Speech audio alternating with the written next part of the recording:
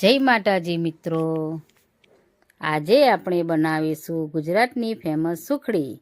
એકદમ મોળામાં ઓગળી જાય તેવી નરમ સુખડી।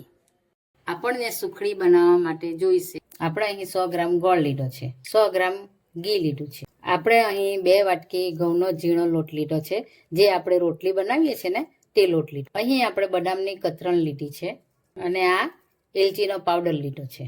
ચાલો તો હવે આપણે બનાવીએ। આપણે હવે એક કઢાઈમાં આપણે આ ઘી નાખીશું। આ રીતે ઘી હવે આપણું પીગળી ગયું છે। હવે આપણે એમાં આ ઘઉંનો લોટ છે તે આપણે નાખીશું।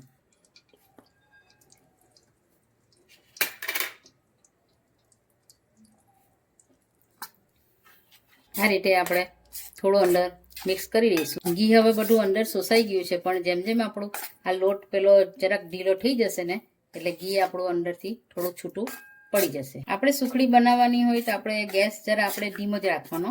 આપણે ગેસ આપણે ફાસ્ટ કરીએ તો આપણી સુખડી કડક પણ થઈ જાય છે, એટલે આપણે ધીમા તાપે જ એને શેકવાનું છે। આપણું ઘી છૂટું પડી જાય એટલે આપણને ખબર પડી જાય કે આપણું થઈ ગયું છે। આ થોડી થોડી સ્મેલ આવવા લાગી છે હવે, તો પણ આપણે થોડુંક શેકાવા દઈશું। થોડું ગોલ્ડન જેવું થઈ જાય છે ને ત્યાં સુધી આપણે શેકાવાનું। હવે આપણો આ જે સુખડી બનાવવાના છે તે હવે આપણો ગોલ્ડન થઈ ગયું છે ને આ ઢીલો લોટ પણ થઈ ગયો છે। હવે આ અંદરથી સ્મેલ પણ આવતી થઈ ગઈ છે, એટલે હવે આપણો લોટ બરાબર શેકાઈ ગયો છે। આપણે અહીં અંદર એલચીનો પાવડર નાખીશું ટેસ્ટ માટે। એલચીનો પાવડર નાખવાથી એકદમ સરસ લાગે। ચાલો હવે આપણો આ થઈ ગયો છે, આપણે હવે ગેસ બંધ કરી દઈશું। ગેસ બંધ થાય તો પણ થોડીક વાર આપણે હલાવતા રહીશું। અંદર આપણે હવે ગોળ નાખવાનો છે। આપણે હવે અંદર ગોળ નાખવાનો છે। આ રીતે આપણે અંદર અહીં જે વાટકીમાં હતું માપનું આપણું 100 ગ્રામ ગોળ તે આપણે નાખ્યો છે। હવે એને અંદર જ આપણે આવી રીતે મિક્સ કરી દઈશું। કઢાઈ પકડીને જ મિક્સ કરવા પડશે આપણે। તમે ગેસ બંધ કરીને જ કરજો, નહીં તો સુખડી આપણી કડક થઈ જશે। એટલે આ રીતે આ જુઓ કેટલું સરસ થઈ ગયું છે આપણું। ગોળ નાખવાથી આપણો કલર પણ એકદમ ચેન્જ થઈ ગયો છે। આ જુઓ એટલું સરસ લાગે છે કે આપણને અત્યારે ગરમ ગરમ ખાઈ લે તે રીતનું મન થાય એ રીતનું। આ જુઓ થઈ ગયું છે। હવે આપણે હવે ડીશમાં ઘી પાથરી દઈશું। આ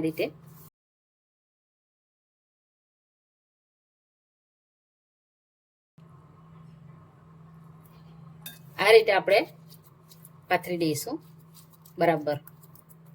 આ રીતે જરાક આવી રીતે ગોળ ગોળ ગોળ કરીને જરાક બરાબર દાબી દઈશું। આ રીતે આપણે વાટકીથી પણ સરસ કરી નાખીએ। આ રીતે લીસું થઈ જાય સપાટ એકદમ।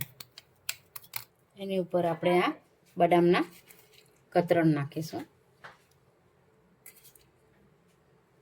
આ રીતે ગરમ ગરમમાં જ આપણે ટુકડા કરીશું, સુકાઈ જાય તો પછી ટુકડા નહીં પણ પડે।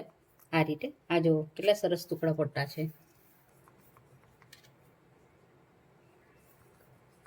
હવે આપણે એને એકદમ ઠંડી થવા માટે થોડીક વાર રવા દઈશું। 10 થી 15 મિનિટ માટે રાખી મૂકીશું। હવે આપણી સુખડી ઠંડી થઈ ગઈ છે।